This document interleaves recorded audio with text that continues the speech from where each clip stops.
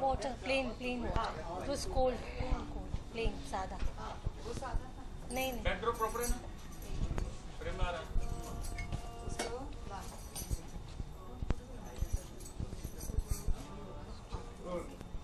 जी, पहले तो ये जो कॉन्सेप्ट हो रहा है इसके बारे में हम जानना चाहिए, क्या कॉन्सेप्ट है और इसका थीम क्या है, ख्याल कैसे आया, कैसे ये कॉन्सेप्ट करेंगे? ये जिक्र तेरा एल्बम जो है वो हमारे शादी के 25 साल हमने कंप्लीट किए हैं, तो ये एल्बम हम लोगों ने अभी हाल ही में रिलीज़ किया है। और कंचन जी ने इससे पहले भी हम लोगों के कई शोज़ किए हैं, तो ये इनका आइडिया था कि क्यों ना हम लोग इस नाम से इसके कॉन्सर्ट ऑल इंडिया करें। तो ये पहली शुरुआत जो है वो बॉम्बे से हो रही है। 14 तारीख को रंग शारदा में हम लोग इसका लॉन्च कर रहे हैं और साथ में परफॉर्मेंस होगा। Basically to promote the genre of ghazal. आजकल आप देखते हैं कि फिल्मी गानों की भरमार हो रही है और गज़ल कहीं पे पीछे बेचारी रो रही है, तो हमने पहले तो ये एल्बम उसी के लिए कि ये जो जॉनर है ये इतना इम्पोर्टेंट जॉनर है अपने हिंदुस्तानी म्यूज़िक का, तो इसको हम फिर से एक बार कोशिश कर रहे हैं कि उजाले में आए और जो हमारी आम जनता है या मैं कहूँगी यूथ है फिर से एक बार इससे कनेक्टेड हो जाए। तो इसीलिए भी हम जो ये कॉन्सर्ट है ये ना सिर्फ बम्बई में लेकिन पूरे भारत में और we are planning to take it पूरी दुनिया में इस तरह के कॉन्सर्ट। और किधर होने वाले हैं कॉन्सर्ट? हर मेजर सिटी और दिल्ली, बेंगलोर, पुणे, इंदौर, अहमदाबाद, भोपाल, इंदौर, जितने भी जहाँ गज़लों के जो शौकीन लोग हैं, और गज़लों के नहीं बल्कि एक अच्छा संगीत जो है वो कॉन्सर्ट में भी 2.5-3 घंटा जब हम गाते हैं तो कोशिश ये रहती है कि कुछ नया लोगों को सुनाया जाए, कुछ नया लोगों को दिया जाए। और कंचन जी का बड़ा सपोर्ट है हमको कि ये भी बहुत अच्छा संगीत समझती हैं, इसलिए अच्छे कॉन्सर्ट जो हैं वो इससे पहले भी जो हमने किए थे, तो जगजीत जी जब गुजर गए तो उनकी पुण्यतिथि का जो पहला प्रोग्राम है वो कंचन जी ने किया था आहिस्ता आहिस्ता, और उसमें भी हम लोग थे और वहाँ से सिलसिला चल रहा है। और कमाल का कोई इंसिडेंस ये है कि जिक्र तेरा जो है ये एल्बम हमने जगजीत चित्रा जी को डेडिकेट किया है कि उनका जो कंट्रीब्यूशन गज़लों के लिए था, तो ये एल्बम हमारी तरफ से उनके लिए एक भेंट है। आपसे जानना चाहूँगा कि ट्रेडिशनल म्यूजिक पूरी तरह से अब खत्म होने के कगार पे आ गया है और वो चीज़ को कैसे फिर से जिंदा किया जाएगा? जी देखिए, ये तो कलाकारों की जिम्मेदारी है कि कोई चीज़ ख़त्म ना होने दी जाए। तो हमारी कोशिश यही है कि हम सब की कोशिश यही है कि इस संगीत को अगर बचाना है तो इस तरह की कोशिशें और आप लोगों का साथ चाहिए हमको कि हम अपनी संस्कृति, वरना क्या होगा कि इन दिनों जो गाने चल रहे हैं, इन दिनों जो भाषा चल रही है, ख़ास तौर से जो भाषा का जो इस्तेमाल हो रहा है, तो वो कहीं ना कहीं हमारे आने वाली जो नस्ल है उन पे बहुत बुरा असर होता है, क्योंकि बच्चे तो जानते नहीं है वो क्या गा रहे हैं, वो तो जो देख रहे हैं वो गा रहे हैं। साला मैं करूं तो कैरेक्टर ढीला है, अब वो बच्चा जो 4 साल का, उसे तो मालूम नहीं है क्या कैरेक्टर और क्या ढीला है, लेकिन अगर वो दिन में 50 बार वो गाना सुन रहा है तो 51वीं बार हम भी गुनगुनाने लगते हैं। तो कोशिश यही कर रहे हैं कि भाई किसी तरह से ये जो एक अवेयरनेस आए लोगों में कि अच्छा इस तरह की भी शायरी जो है। और एक टाइम था जब ऐसी शायरी चलती थी कि होठों से छू लो तुम मेरा गीत अमर कर दो, या तुमको देखा तो ख्याल आया, जिंदगी धूप तुम घना आया, या हमारा जो पहला एल्बम था वो मेरी मोहब्बत का गुजरा ज़माना, वो आज भी यूथ में इतना पॉपुलर है, या मुझे मोहब्बत सी हो गई है, हाँ तेरी आदत सी हो गई है। तो एक अच्छी शायरी और एक अच्छा संगीत जो है उसको बचाने का काम सभी कलाकारों का है। इंडिया की मोस्ट ऑफ पॉपुलेशन जो है यूथ है, तो यूथ कनेक्ट नहीं कर पाता इन सब गजल से। नहीं, कनेक्ट इसलिए नहीं कर पाता कि वो अवेलेबल नहीं है। देखिए, कंपनियां प्रमोट नहीं कर रही इन दिनों गज़लों को, कैसेट बंद हो गई हैं, सीडीज बंद हो गई हैं, लेकिन आज भी अगर आप कॉलेजों में और इसमें देखें तो जब भी जो लव लेटर्स जाते हैं तो उसमें गज़लों का सहारा लिया जाता है, गज़लों के शेर पढ़े जाते हैं। व्हाट्सएप के ज़माने में खत का कहाँ काम रह गया आजकल? नहीं, व्हाट्सएप पे तो अंग्रेजी भाषा भी ख़त्म हो रही है, वो पूरा पूरा शॉर्ट फॉर्म में लिखा जाता है तो उसका भी हाल बुरा ही होने वाला है। लेकिन व्हाट्सएप पे अगर हमारे वीडियोस प्रमोट होते हैं, हमने इस एल्बम के 4 वीडियो किए हैं और एक ज़माना था जब हमने पहले हमारे जो 10 एल्बम हुए उसके हर चैनल पे वीडियो बजते थे, MTV, चैनल V, जी, सोनी, एवरी चैनल। लेकिन आज बॉलीवुड के अलावा नॉन फिल्म म्यूज़िक कोई भी चैनल बजाता नहीं है। और आपको ये एक बात बताऊं कि जब भी हम लोग इतने सालों से जो सरवाइव हो रहे हैं तो हमने कभी भी अश्लील शायरी का सहारा नहीं लिया, या हमने कभी भी इस तरह के गाने नहीं गाए कि हमें ओवरनाइट पॉपुलर होना है या हमें पैसा कमाना है, नाम कमाना है और यूथ में हमको जो है वो सस्ता होकर के बिकना है। ये हमने कभी नहीं किया। और आज भी हम चलते हैं, आज भी हमारे प्रोग्राम्स हो रहे हैं। और यहाँ तक कि जहाँ लड़के लड़कियों की शादी होती है तो लड़का ये कहता है कि साहब हमको वही सिंगर चाहिए जिन्होंने आंखें तेरी गाया है, क्योंकि ये गाना गा करके मैंने अपनी गर्लफ्रेंड को पटाया है, या रब तुझमें रब दिखता यारा मैं क्या करूं, ये गाना मेरी शादी में मुझे चाहिए। तो ये जो है अच्छे गाने जो हैं हमेशा से चले हैं। देखिए खाना अच्छा लगता है, बर्गर भी खाते हैं लोग, पिज़्ज़ा भी खाते हैं, वड़ा पाव भी खाते हैं, लेकिन जब दाल चावल रोटी सब्जी का एक जो आनंद है वो खा करके एक जो संतोष मिलता है, तो मुझे लगता है कि हम लोगों का संगीत जो है वो ये है कि ठीक है आप 4 दिन वड़ा पाव और ये सब खा लीजिए, लेकिन 5वें दिन जो है आपको दाल चावल और रोटी सब्जी की जरूरत पड़ेगी। कल 2 साल लग गए आहिस्ता आहिस्ता के बाद, तब क्या वजह रही 2 साल लगे काम करने? नहीं, मैं फिल्म मेकर भी हूँ, तो मैंने कई सारी फिल्में भी बीच में लाई है। अब तक मैंने 7 मराठी फिल्में बनाई हैं और मैंने खुद ने 5000 से ज़्यादा एपिसोड मैंने खुद ने डायरेक्ट किए हुए हैं। सो कुछ ना कुछ तो मेरा चलता ही रहता है। सो एक्चुअली मेरा एक चैरिटेबल ट्रस्ट है, ध्रुव चैरिटेबल ट्रस्ट। तो उसके अंतर्गत हम लोग देश में जो भी अंडर प्रिविलेज लोग हैं उनके लिए मैं हमेशा कुछ ना कुछ करती रहती हूँ। लास्ट ईयर अपने यहाँ पर ड्रॉट सिचुएशन था तो हमने एक कुआं खुदवा के दिया था, और महाराष्ट्र में मराठवाड़ा एरिया में जहाँ पर कि कुआं नहीं खुदवाया जा सकता है, बिकॉज 100 मीटर अगर आप डीप जाओ तो भी वहाँ पर पानी लगेगा, इसकी गारंटी कोई नहीं दे सकता। सो इसलिए हमने वहाँ पर टैंकर से पानी दिया था। सो मैंने आज तक किसी के पास से एक पैसा भी नहीं मांगा है कि आप हमें इसके लिए डोनेट करो, बट मेरी ये कोशिश है कि हम लोग एक ऐसा अच्छा उम्दा प्रोग्राम लोगों के सामने पेश करें और जिसके थ्रू हम लोग फंड्स क्रिएट करें, और ये पूरे के पूरे जो फंड्स क्रिएट होते हैं वो सारे के सारे मैं यहाँ लगा देती हूँ। और हकीकत में ये कहूँ तो रूप और सोनाली मेरे इतने अच्छे दोस्त हैं कि उनके सामने मुझे जो करना है वो मैं क्लियरली उनके सामने जाके बोल लेती हूँ। और जब इनका इतना अच्छा एल्बम आया है हमारे सामने तो मैंने ये सोचा कि क्यों ना हम लोग एक और प्रोग्राम लोगों के सामने लाए, एक अच्छा सा प्रोग्राम जो लोग देखना चाहते हैं। तो इसके जरिए we can create funds, we can reach out to people. लोग गजल जो भी रसिक लोग हैं जो देखना चाहते हैं, जो जानना चाहते हैं, जो आना चाहते हैं, उनके लिए भी एक ये बहुत अच्छा मौका है। तो सिर्फ रूप जी भी है, सोनाली भी है कॉन्सेप्ट में, या कोई और भी सिंगर है? नहीं, इसमें सिर्फ रूप जी और सोनाली जी जी। रूप जी तो कौन से गाने होंगे जो इसमें जो मेरे फिल्म के पॉपुलर गाने हैं, जाहिर है कि उसके बिना तो ऑडियंस जाने नहीं देगी। तो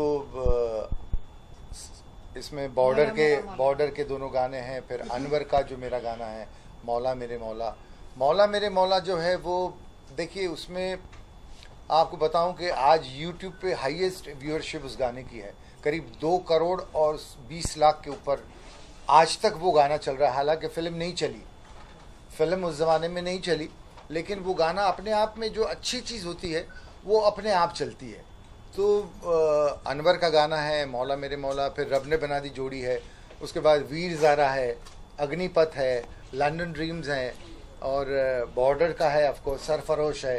तो ये सारे गाने जो हैं, और हमारे एल्बम के जिक्र तेरा के जो नए हमने जो किए हैं तो उसकी गज़लें होंगी। रूप जी, आजकल ट्रेंड चला है कि हम कितनी भी फिल्मों में मेहनत कर लें, कई गाने आप कंपोज कर लें, लेकिन कोई ऐसा हनी सिंह जैसा सिंगर आता है, वो एक गाना गाता है और उससे यूथ कनेक्ट कर जाता है। तो हनी सिंह के बारे में पर्टिकुलरली मैं आपकी राय जानना चाहूँगा। नहीं, मैं तो हनी सिंह का फ़ैन हूँ कि उसने यूथ को मना लिया है, और वो लेकिन आप मुझे 4 साल बाद में मिलेगा, मैं आपसे पूछूंगा भी है यो हनी सिंह कहाँ है इन दिनों। तो ये क्या है, ये सब वक्त के साथ चलते हैं। ये एक ऐसा दौर आता है कि यूथ जो है वो धीरे धीरे उनके साथ में जुड़ती है, और जुड़ती भी इसलिए कि वो गाने इतने प्रमोट हो रहे हैं, वो गाने इतने प्रमोट हो रहे हैं। अगर अच्छा गाना आप प्रमोट करें तो देखिए यश जी की फिल्मों में कभी भी इस तरह के गाने नहीं हुआ करते थे। यश जी की फिल्मों में तेरे लिए हम हैं जिए जो मेरा गाया हुआ गाना है, वो आज भी इमॉर्टल सॉन्ग है। और आज भी मतलब चाहे यूथ हो चाहे वो 60 ईयर के ओल्ड हो, तो ये गाना तो हर कोई पसंद करता है, यूनानिमस लोग इसे पसंद करते हैं। और वो ये एक दौर है, इस दौर से भी गुजर जाएंगे हम लोग। लगता है कि इस कॉन्सेप्ट से कुछ होगी चीज? हाँ बिल्कुल बिल्कुल हो जाएगी। मुझे गजल कहाँ? नहीं, मुझे पूरा विश्वास है इससे। बिल्कुल हमें already we have generated the income, हमारे पास ऑलरेडी स्पॉन्सर्स आए हुए हैं। और मैं पते की बात आपको ये कहना चाहती हूँ कि हमने बुक माई शो पर डाला हुआ है और आज हमारी बाकायदा पहली ऐड आई है बॉम्बे टाइम्स में, और उसके पहले ही हमारी 50 टिकटें ऑलरेडी जा चुकी है। So it is only on net and only on YouTube मैंने डाला हुआ है। और हमारा जो चैनल है मस्ती, जो म्यूजिक चैनल है, और दबंग हमारा चैनल है, ये दोनों पर हम लोग इनको प्रमोट कर रहे हैं। मतलब गजल एंड रूप जी, सोनाली जी और जो भी लोग हैं जो इस तरीके का अच्छा संगीत बना रहे हैं, इमॉर्टल संगीत बना रहे हैं, उनको हम लोग जरूर प्रमोट करेंगे। कुछ राजस्थानी बैकग्राउंड दिखाई दे रहा है मुझे कि राजस्थान। जी, राजस्थान में इसकी शूटिंग की हमने उदयपुर में। इसके 4 वीडियोस हमने किए हैं, तो अभी 2 जो हैं वो यूट्यूब पे हैं, आप देख सकते हैं उनको, और 2 अभी आएंगे, हम उनको भी रिलीज़ करेंगे। तो बहुत ही अच्छा रिस्पांस है। और गज़ल के नाम से लोग पता नहीं क्यों डरते हैं, मुझे ये समझ भी नहीं आता कि अभी जैसे इन्होंने पूछा कि साहब ये गज़ल का प्रोग्राम है तो पैसे मिलेंगे नहीं मिलेंगे। नहीं, मैं सब ऐसा नहीं है, क्योंकि मैं sorry to interrupt you, but हमने जब भी मेरे लोग होते हैं जो जाते हैं और जिन्होंने कहा है, और रूप जी मैं एक बात आपको बता दूं कि जो मेरा स्पॉन्सर है ना, उसने खास मेरे को बोला कि ही इज फैन ऑफ रूप जी, ये मैं आपको बताना चाहती हूँ। और उसने खास तरीके से बोला, वो है अभी एक हमारा, मैं नाम नहीं बताना चाहती हूँ यहाँ पर, but he himself said that yes I am fan of रूप कुमार राठौड़। और मैं उनके लिए, या तो फिर आप ही खुद ही बोल रहे हो, आप ही खुद ही पूछ रहे हो क्वेश्चन। नहीं, गजलें देखिए, गजलें तो एक इमॉर्टल चीज, एक जमाने में ये होता था कि गजलें बोलो तो उर्दू से बहुत ज़्यादा वाबस्ता होती है या लोगों के ऊपर से निकल जाती है। लेकिन हमने कोशिश ये की है कि इस एल्बम में इसका जो पहला जो टाइटल ट्रैक है, कि अब इसका मुखड़ा अगर मैं आपको सुनाऊं और इसको अगर शाहरुख खान और ऐश्वर्या राय और या कैटरीना के ऊपर आप पिक्चराइज करें तो ये अपने आप में जो है मुकम्मल गाना है। वो गाने का जो वर्ड है, इसकी जो शायरी है, देखिए कि कुछ इस तरह से मिले हम के बात रह जाए, कुछ इस तरह से मिले हम के बात रह जाए, और बिछड़ भी जाए तो हाथों में हाथ रह जाए। क्या बात। मैं सो रहा हूँ तेरे ख्वाब देखने के लिए, खुदा करे मेरी आंखों में रात रह जाए। अब ये रोमांस है, ये रोमांस है, आई नो, ये प्योर रोमांस हम चाहेंगे आप ट्यूनिंग में वो गाना हमें सुनाएं आप दोनों लोग। हाँ जी बिल्कुल, इसका आपको अभी वीडियो दिखाएंगे हम। एक हमारे साथ हाँ, बस एक कुछ गुनगुनाए दोनों लोग बिल्कुल।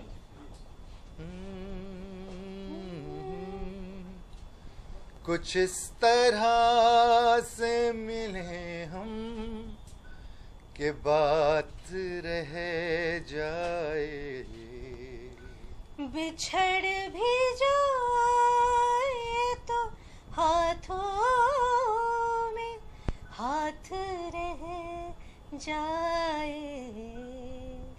कुछ इस तरह से मिले हम कि बात रह जाए।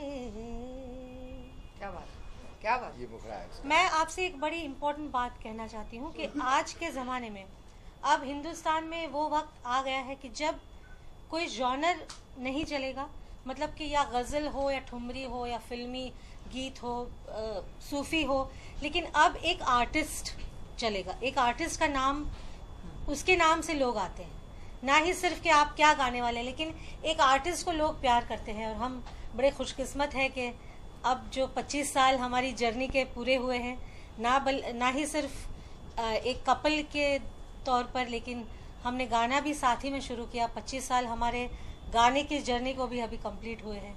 आपसे रूप जी ने पहली बार कब जिक्र किया था? अब आपको कैसे मालूम रूप जी ने जिक्र किया, मैंने किया? चलिए वही डिस्क्लोज कर दीजिए। खैर, ये हमारी मुलाकात सबसे पहले एक कॉन्सर्ट में हुई थी। बॉम्बे में एक क्लब है CCI क्लब, वहाँ पे प्रोग्राम चल रहा था और रूप जी वहाँ पे बतौर तबला प्लेयर किसी आर्टिस्ट के साथ बजा रहे थे और मैं ऑडियंस में थी। तो मैंने ऑडियंस से देखा और मुझे लगा कि ये तो कोई कमाल आर्टिस्ट है और बड़े अच्छे लगते भी हैं और बड़ी अच्छी स्माइल भी है। आराम से आप बोलिए। नहीं ठीक है, बस अब तुम्हारी बारी। तो उसके बाद हमारी मुलाकातें हुई कई प्रोग्राम्स में और एक कमाल सा अजीब इत्तेफाक था कि हमारी लाइफ का सबसे पहला प्रोग्राम, मेरा भी और रूप जी का भी पहला प्रोग्राम साथ में किया हमने।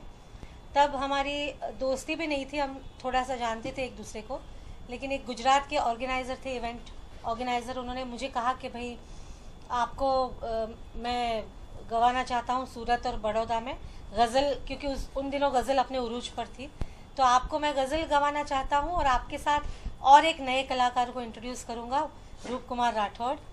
तो मेरा भी पहला लाइव का शो था और वो शो हम दोनों ने साथ में किया और वहाँ से दोस्ती कब प्यार में पलट गई, ये जिक्र मैं इन्हीं से कहूँगी करे। नहीं, संगीत ही ऐसी एक कड़ी थी जिसने हमें जोड़ा और आज भी संगीत जो है वो, संगीत के बिना हम कुछ और सोच नहीं सकते कि अगर संगीत ना होता हमारे जीवन में तो हम पता नहीं आज कहाँ होते या क्या करते।